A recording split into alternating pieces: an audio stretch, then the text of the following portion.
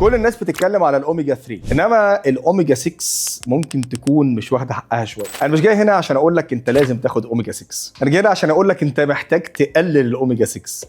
تخيل، تعال اقول لك ان انت اصلا في نظام غذائي لو عصرتك هتنزل لي اوميجا 6. اغلبنا عايش على الفرايد فود، الفراخ لازم هنقليها يا اما هنحمرها يا اما هنعملها بالفيجيتار، وبالتالي اتقلت في الزيت. فلافل، فول، بتنجان مقلي، البطاطس المقليه ديب فرايد او اللي هي الفرايز، الصوصز، كل الصوصات اللي احنا بنحطها الكميه الرهيبه دي، المايونيز والماسترد وغيرها، فيها كميه كبيره جدا من الزيوت النباتيه. طبعا الزيوت النباتيه هنا سواء كان ذره او كان عباد شمس او سواء كان زيت قطن، بذره القطن او زيت نخيل او ميكسات زي ما بيحصل عندنا في الزيوت الآلية، كلها مليانه بالاوميجا 6. فانت بتستهلك كميات رهيبه، فالمصدر النباتي مليان اوميجا 6. طب في المصادر الحيوانيه فيها بس الكميات اللي فيها اقل شويه. عندك اللبن كامل الدسم، وعندك الجبن، وخد بالك من الجبن اللي معموله بالزيوت النباتيه.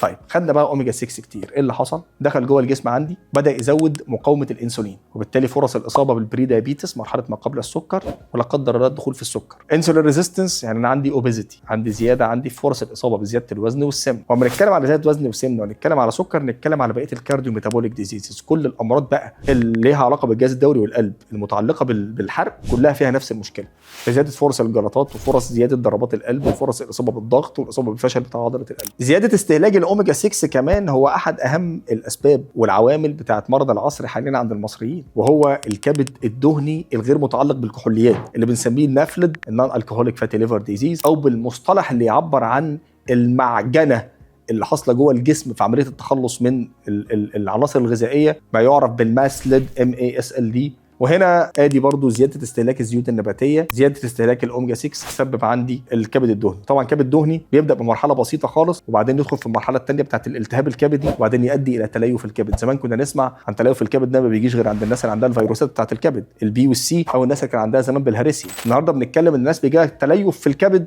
من غير اي حاجه خالص، بسبب بس النمط الغذائي اللي موجود واللي بيتبعه حاله الكبد الدهني. فانت النهارده الاوميجا 6 الكتير ده حاطط الجسم في ستريس. تعالوا نتكلم على الجانب الهرموني كمان اللي بيحصل حضرتك لاطفال الصغيرين مع كميات الكربوهيدرات اللي جايه مع الاكل ديت، وطبعا الاوميجا 6 فرص اصابتهم بالسمنه كبيره، يحصل عندي السمنه المبكره، ولا عندنا اطفال في سن صغير بيجي لهم السكر مش من النوع الاول، يبقى داخل على النوع الثاني. النهارده بنتكلم في شباب في اوائل العشرينات بيجي لهم سكر من النوع الثاني اللي كان معروف زمان ان بيجي بعد الاربعينات. ده غير كمان زياده فرص ومعدلات الإصابة حاليا بتكيسات المبايض. النسب اللي موجودة عندنا في المراجع دي نحطها على جنب قصاد اللي احنا بنشوفه. النهاردة عدد البنات أو نسب البنات اللي عندها اضطرابات في الدورة الشهرية ومشاكل تكيسات المبايض بكل ما وراها نسبة كبيرة جدا، واحدة من أهم أسبابها الأوفر كونسومشن أو الاستهلاك العالي من الأوميجا 6. كان في ستادي معمولة سنة 2016 بتقول إيه؟ بتقول إن الناس دلوقتي متوسط الكميات بتاعت الأوميجا 6 اللي بتاخدها 16 ضعف الحد الاقصى. يعني احنا بناخد في اكلنا العادي في نظام الاكل اللي احنا عايشين فيه دلوقتي ده 16 ضعف، اب تو 16 ضعف من الحد اللي مسموح ان احنا ناخده. ولما يجي يحط النسبه دي بقى قصاد نسبه